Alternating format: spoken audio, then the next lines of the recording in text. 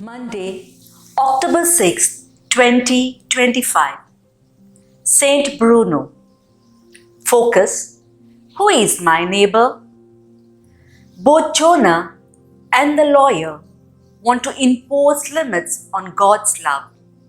As they said, the Ninevites and the Samaritans could never be loved by God.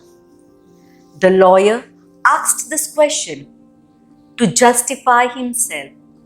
He does not wish to expand love, but to ascertain the minimum required to fulfill the law. Jesus responds not with a legal definition, but a parable.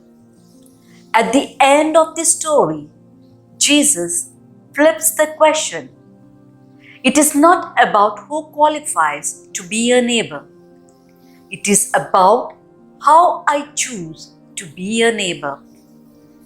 The true neighbor is not defined by proximity, ethnicity, religion, or social status, but by compassion and action. The Samaritan noticed suffering and responded with mercy, disregarding who the victim was. This challenges us in profound ways. In the world divided by race, politics, religion, and ideology, Jesus invites us to expand our circle of concern. A neighbor includes the stranger, the forgotten, the marginalized, even those we avoid or fear. The measure of love lies not in sentiment, but in service.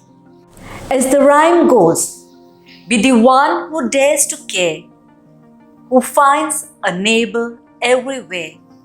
Let mercy flow in all you do. Go and love as God loves you. Fruit. When we ask, who is my neighbor? Jesus gently but firmly redirects us. Be the one who shows mercy. Go and do likewise.